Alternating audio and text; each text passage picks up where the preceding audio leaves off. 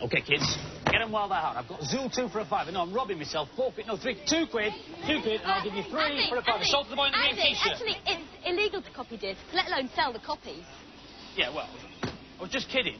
Actually, Violet's right. Piracy is against the law, and you can get into serious trouble if you get involved in it. This was a raid organised by the police at a car boot sale last year.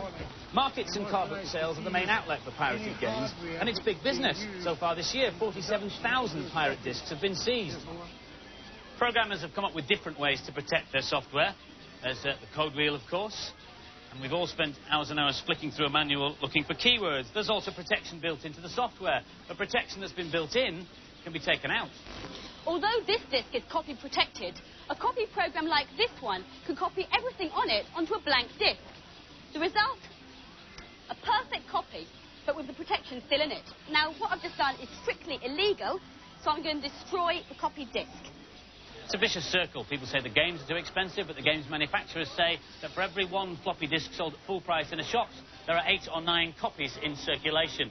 That's why fewer and fewer games are being developed for floppy disks. And if you've got any copied games at home, you're breaking the law too. So what you should do with them is chuck them in the bin.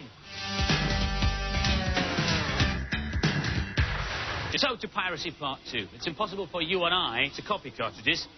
You can't get hold of the blanks, for a start. But take a look at this little lot. This little lot, with the exception of 3, are all fake cartridges.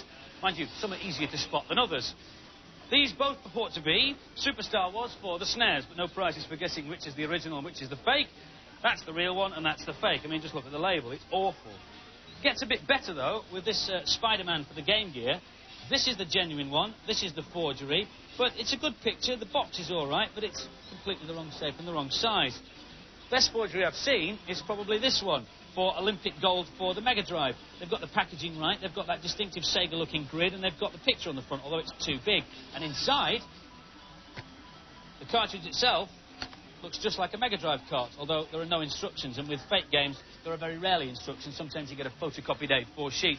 The thing that's missing from all the fakes is the word Sega or Nintendo, and that's because it's a greater offence to breach a copyright of a logo than it is to produce fake games. And be careful, if you use a fake cart, it might blow up your system. We got this in Pakistan, and you can get one here if you know where to look. Basically, it copies your cartridge game down onto a floppy disk, then you can get rid of your cartridge and play the game from the floppy disk through your SNES. It's very easy to use and highly illegal, as are other so-called backup devices sold by various shady characters. Oh, and I'm not going to demonstrate this one. At the moment, the manufacturers are one step ahead of the pirates because of these. CDs are relatively cheap to produce and at the moment almost impossible to copy, although we have heard that there are already some bootleg copies of Mega CD games available in the Far East. The moral of the piece is simple. Don't copy software. It's illegal, it's stealing, and you could be prosecuted for it. And it makes games more expensive for everybody.